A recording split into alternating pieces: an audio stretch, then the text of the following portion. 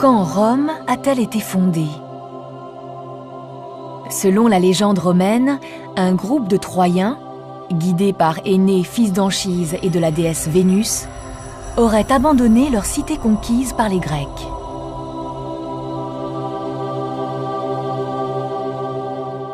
Après un long périple maritime, Énée et ses compagnons auraient abordé les côtes de l'actuelle Italie, dans une région qu'on appelle le Latium. Là, Énée fonda la cité de Lavinium. Son fils Ascagne fonda une autre cité dont il devint roi, Albe la Longue.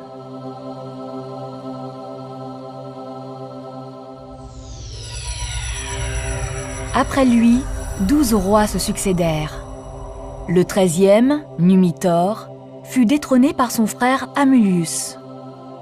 Ce dernier fit de sa nièce Rhea Silvia une vestale vouée à la chasteté. Mais après une rencontre avec le dieu Mars, Rhea mit au monde 2 enfants jumeaux, Rémus et Romulus. Apprenant la nouvelle, Amulius, qui se sentait menacé, ordonna que l'on jette les 2 enfants dans le fleuve Tibre. Ceux-ci furent sauvés par une louve, puis élevés par des bergers.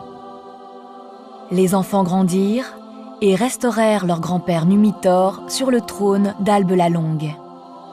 Reconnaissant, Numitor autorisa les jumeaux à fonder une nouvelle cité. L'observation du vol des oiseaux désigna Romulus comme fondateur.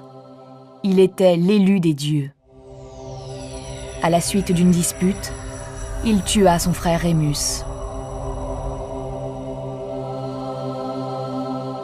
Romulus fonda sa cité sur le mont Palatin en 753 avant notre ère. Rome était née.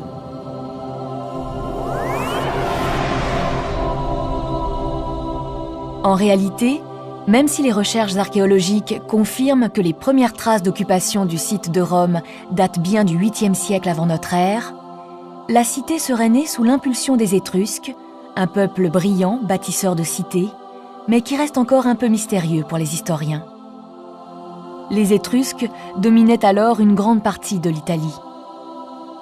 Rome fut donc une cité-État étrusque, bâtie entre le 7e et le 6e siècle avant notre ère, selon des rites traditionnels et religieux très précis. Les prêtres traçaient un sillon qui fixait les limites juridiques et sacrées de la cité. Ils déterminaient la situation des portes et des voies sacrées conduisant au temple des divinités.